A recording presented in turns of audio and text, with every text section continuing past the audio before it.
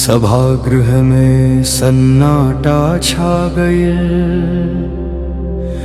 राजा जनक के मन रोअल,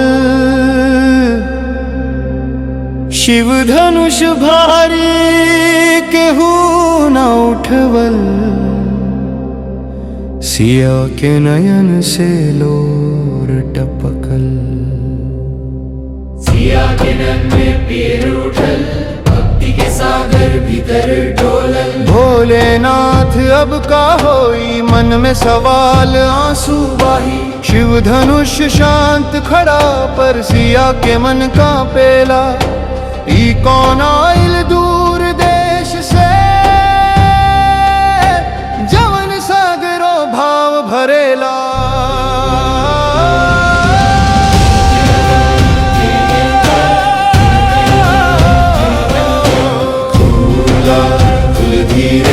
घूमल दृष्टि उठल अधीरे।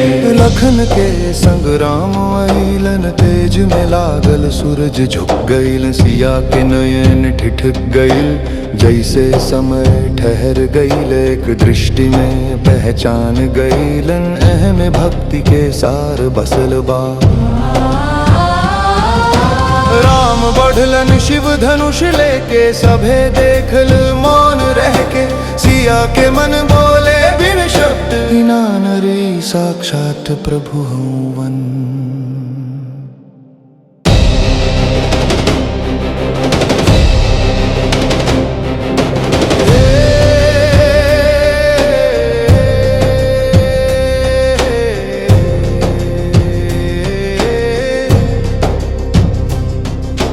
धीरे हाथ उठवल राम, धरा कांपल नभ बनल धाम। धनुष टूटल गर्जन भइल, जनकपुर गूंजल समय थम गइल।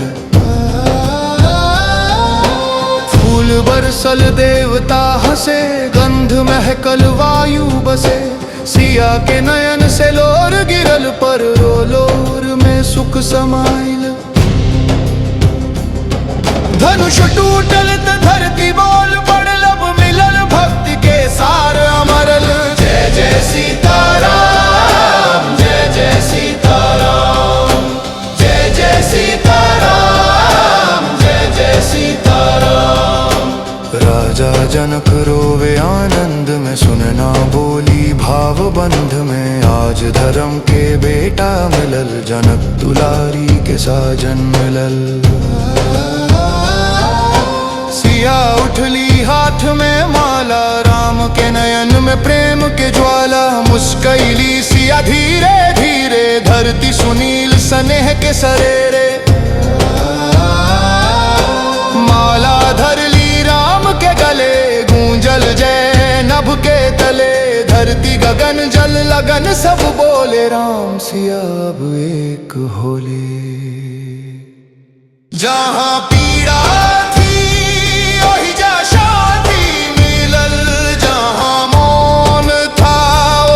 संगीत खिलल, ना ताज ना विजय का अभिमान।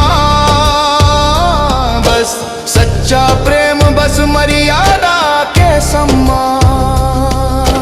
धनुष टूटल त धरती बोल पड़ल, अब धरती पर देव